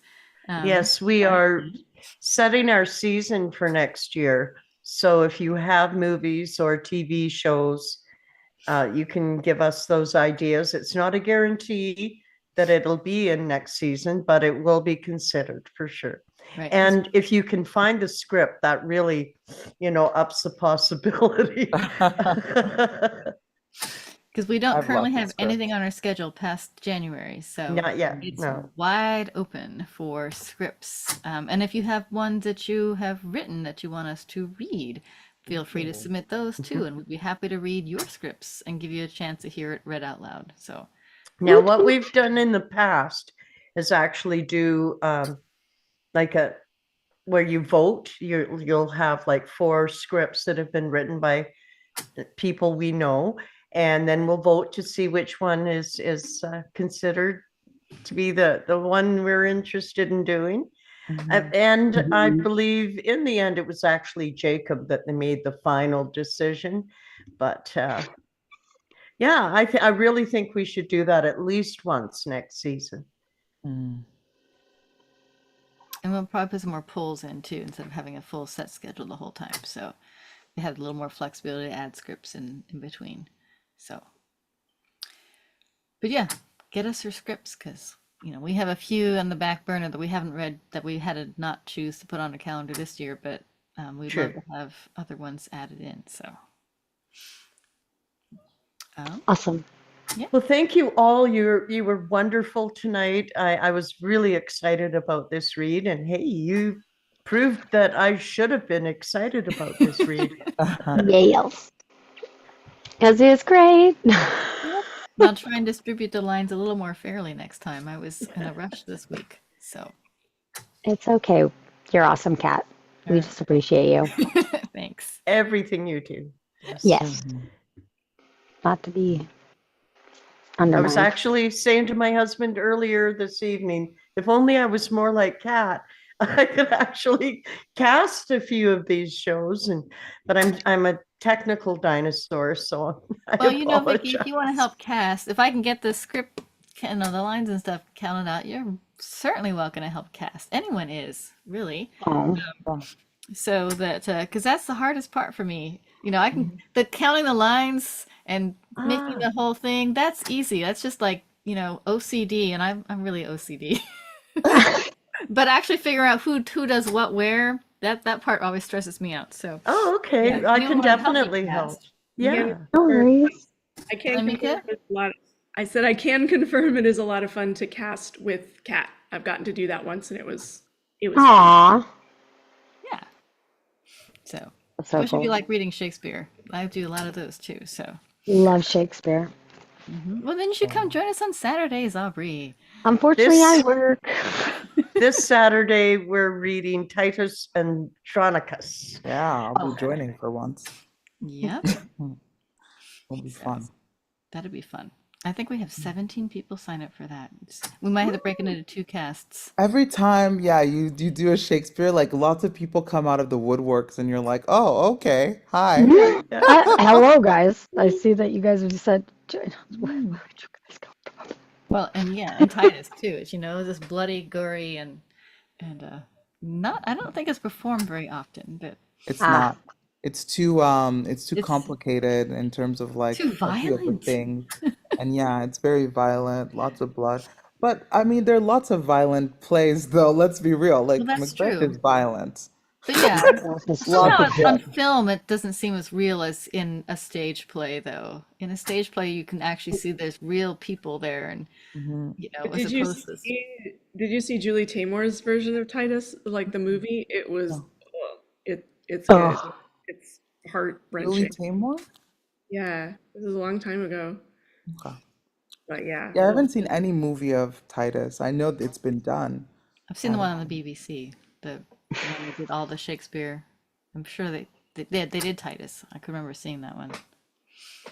But I think the version I'm talking about is just called Titus, if you're looking.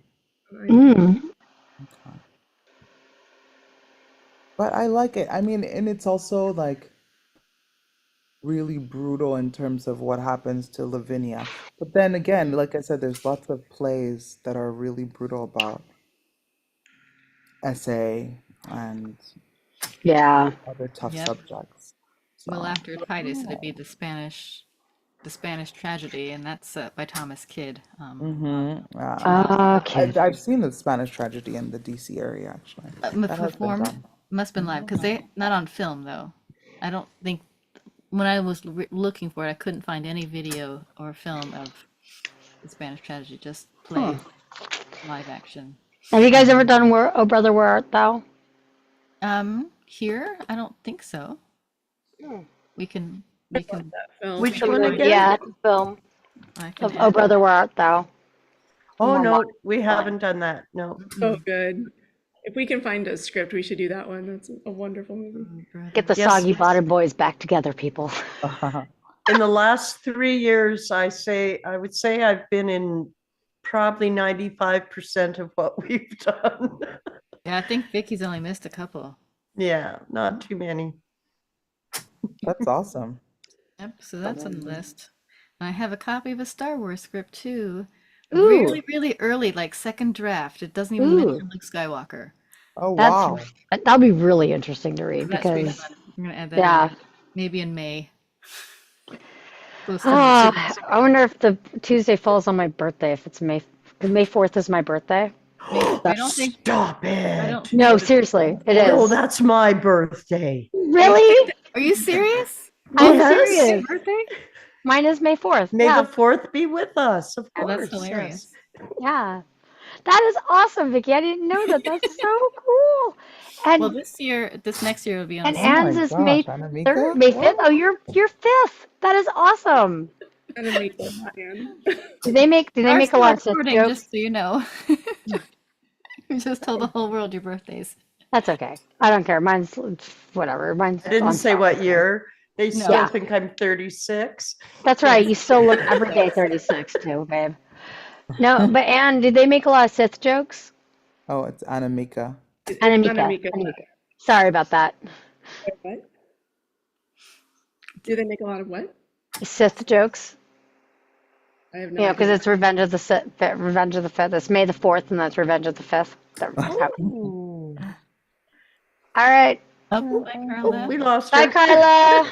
Oh, she left. Gone. More of the She's single gone. I probably should get going soon too, but this is so cool. We got a lot of May babies in here. It's awesome. Yeah. Cool. May babies are cool. May babies are cool. Yeah. November babies are better, but that's okay. Are you a Scorpio? Technically. Okay. All right, Jackie. What day is your birthday? It passed. It was November 16th, but I'm celebrating the whole month, so Well, there my you go. birthday is Oh. every day in So November. you're not technically a Scorpio. You are a Scorpio. No, Don't lie. when I say technically, I mean if you think about the tropes and the stereotypes of what a Scorpio is, you would not associate that with me. Nobody does. Whenever I ask people who like know me, like guess my sign, Scorpio is never the sign that they think of because I'm not the stereotypical Scorpio. I'm That's not what I meant. stereotypical Like, Taurus, so it's fine. yeah, But that's yeah. because my moon is a Scorpio. Maybe Mm. that's what it is. Yeah. Well, that's And what it it's is. all good. I mean, It's all good. signs are fun. They Fun are. to They're just fun. It means almost nothing if you think about it. But yeah, I don't know. I've seen some stereotypical Tauruses. Whew. for sure. Like They're awesome. stereotypical Gemini, stereotypical Me. right? Are you a Gemini, Catherine? On the cusp of Cancer, yes. Oh God. Oh God, yes. I have cousins who are Gemini, and I'm always like, they My really brother, are though. my Like, brother is a Gemini, and he's one of those people that will tell you he loves you while he's burning your house down. It's true. oh my God. That I mean, I'm sort of exaggerating, but that's I mean, because that's like the joke of Geminis. They'll tell you they love you while they're burning your house to the ground. Mhm. That's Geminis. I've It's never like a heard that. yeah, it's a stereotypical thing that they talk about, or like they're putting holes in your boat, or like yeah, this is like This is what they call about stereo. They're just really destructive, loving but very destructive. They say one thing and then they're doing another. That's what that kind of means. And my brother is absolutely that. Absolutely, 100%. He was Can't born. do it. Can't Yep. do it. And I noticed that there are differences between a woman Gemini and a male Gemini, masculine Gemini versus feminine. There's a weird difference between them too. So it's just funny. That's astrology. We can go into astrology another time. Anyways, go more into it. Yep. Yeah, Now you we're all don't seem sitting like here a with Gemini, Catherine. I'm not gonna lie. oh, I would have like guessed like Libra I or have a lot of characteristics with Libra. When I look at their right? horoscopes and things, yeah, I was like, you absolutely. feel like a Libra to me. I feel like a Libra some days. My youngest sister's a Libra. I could see that. Excellent. I could see it. Hmm. They can never make a damn decision though. That's me. What? You make lots of decisions, Catherine, Yeah, though. you make lots of I've had lots of decisions. practice, but I tell you, you don't see the wheels turning in the head. I'm like, do I do it this, or do I do this, or do that? You I know? love it. That's Yeah. funny.